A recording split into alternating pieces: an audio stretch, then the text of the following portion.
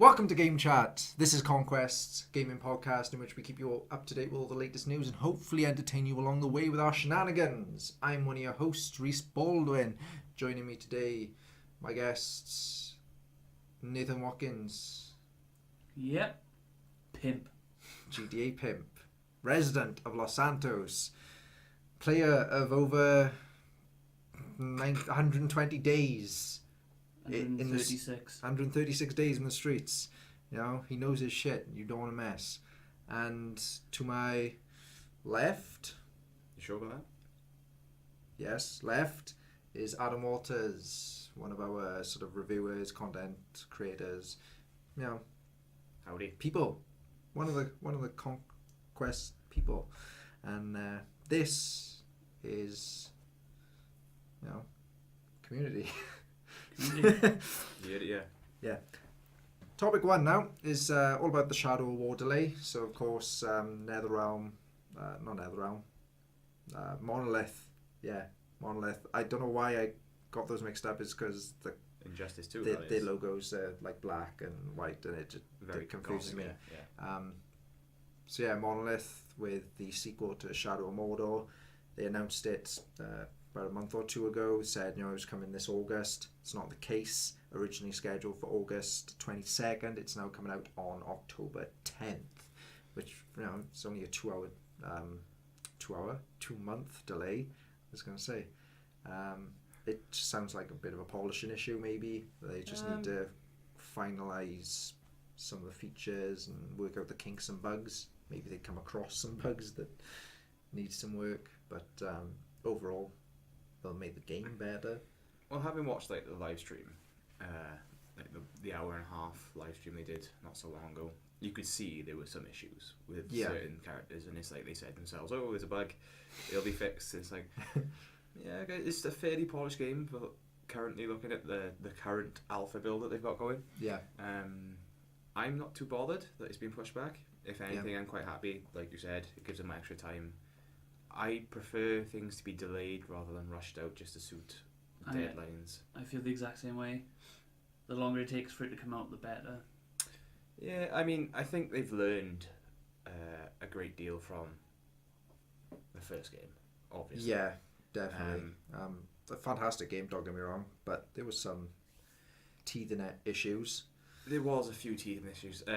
Sometimes it wouldn't lock onto the person that you were trying to assassinate or control, and then there's issues where you just sort of float above things. It's like, oh, okay.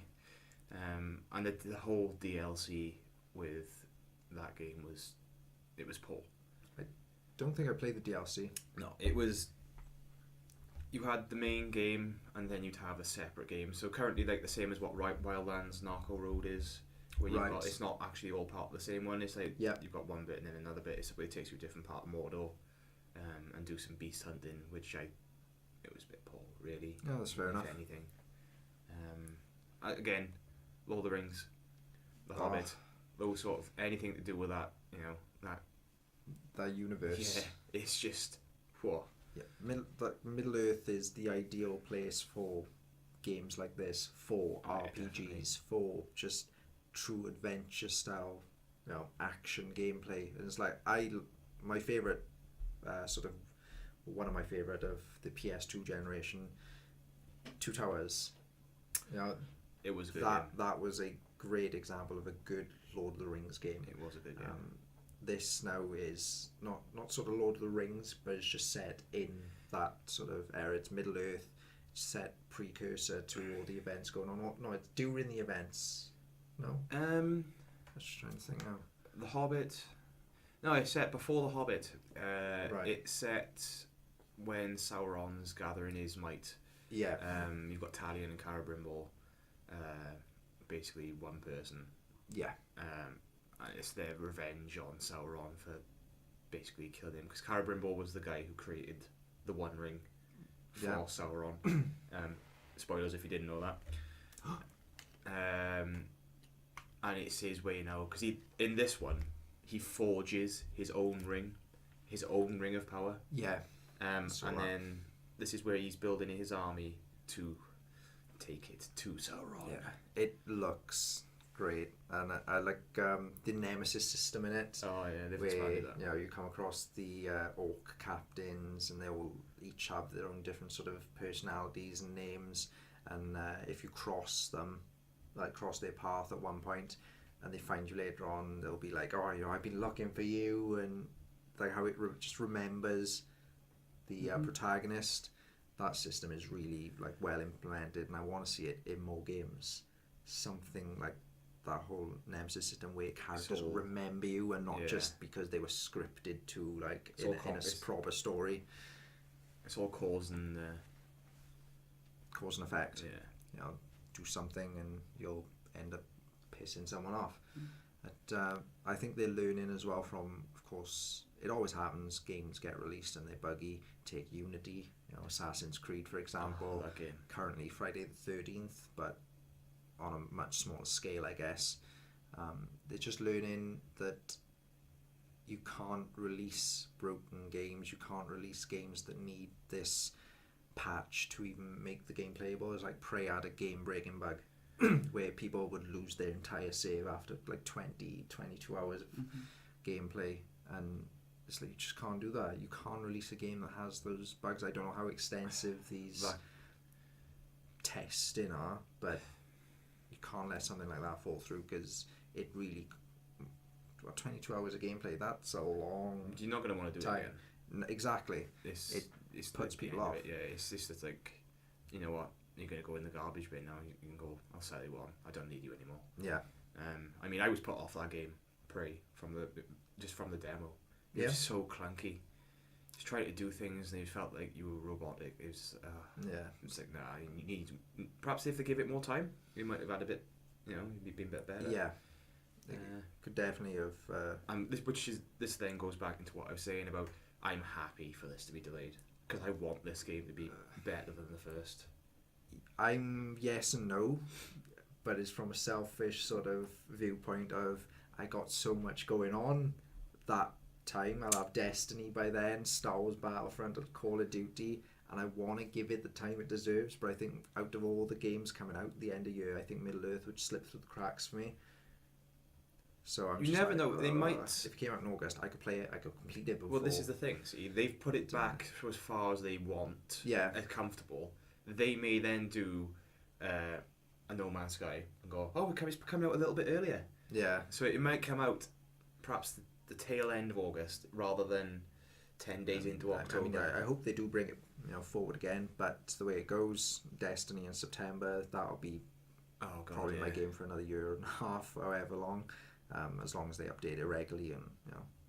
But coming to October, then I may have you know, come off Destiny to play Shadow of War, but then I've only have like a week or two before the big heavy hitters come out with their balls hanging out, being like, check these out.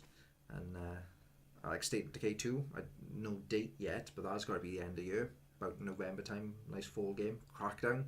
That'll be Microsoft's big fall game. It will be holiday game. Don't forget though, we've also got Days Gone. Days Gone for Sony. Like that game looks awesome. Exactly. God of War 3. It's going to be so much. It's going to be everything from a point of view is you go through the year and you have maybe one game January, and then another one then in March or April, and then you come to the end of the year, it's like, yeah, we've got all these 16 AAA games coming at you right in your face. Now it's time for you to choose who you want to support. Well, this year is kind of different in the sense that the first half of the year really strong for games like Nier Automata, Horizon, Zelda, Halo Wars 2 for some people, all within the first couple months of the year. Ghost Recon Wildlands. Yeah.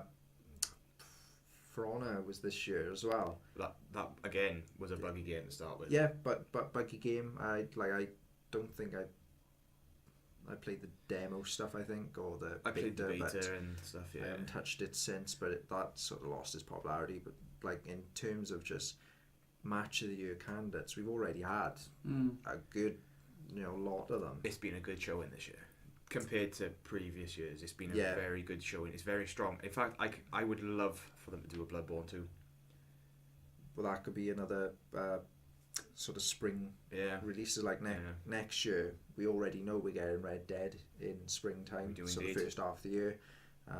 Far Cry 5, first half of the year. What else is going to fill? Like, I can see God of War potentially filling that springtime slot. Might very well do, yeah. So, also, they may bring out the Star Wars game. The Visceral one. Visceral one, yeah.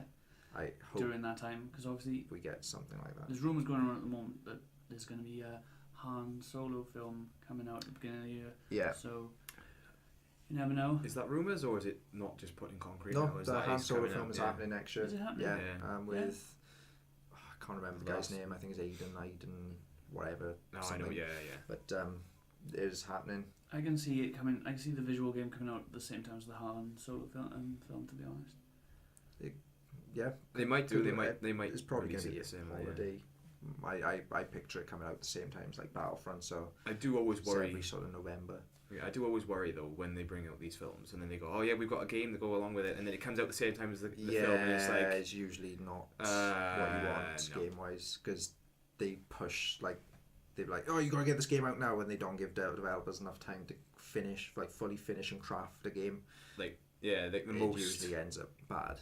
The most, historical worst game ever to some people is E.T. Yeah. And that was again released for the film, and everyone thinks that game is terrible. Yeah.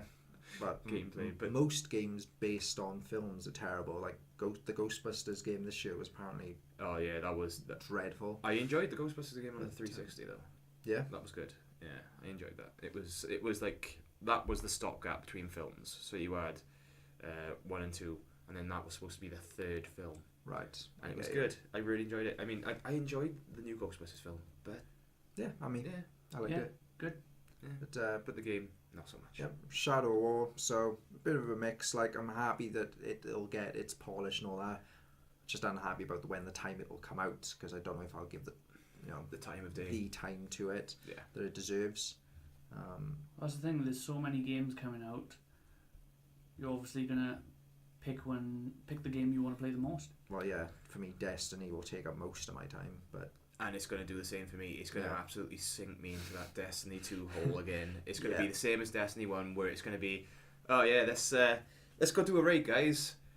It's 8 o'clock in the night. Yeah, alright, let's do a raid. And then I've got work the next day, and it's like, but it's now 5 in the morning. It's like, raids, like, I'd never plan them properly. I'm like, it's take an hour or two now. Perfect example, Destiny 1, of him not planning raids, right? Him and Bison literally just take off without me, not explaining what the hell is going on. And he's like, guys, where are we going? Yeah, Destiny's it's crazy. It's crazy. I've probably spent more time on Destiny than you've spent on GTA, and that is saying something, and that is mental. Get your stats up, we'll compare them together. I think I've probably spent about a year on Destiny, to be honest, the amount of time that I'm on there. I've spent 3 years on GTA. Spent a lot of time. It's a lot though. It's not just like with games like that though. You can't just go in and think, I'll have 5 minutes. It's like, no, I'll have 5 minutes. Turns into an hour. Hour turns into 10. 10 into a week. Yeah. It's like, and that's just caused the beauty of the hook of that game. It's all about the sweet, sweet loot. The loot gods. RNG Jesus. Give us that exotic now. Yeah. So yeah. I mean, yeah. Shadow War.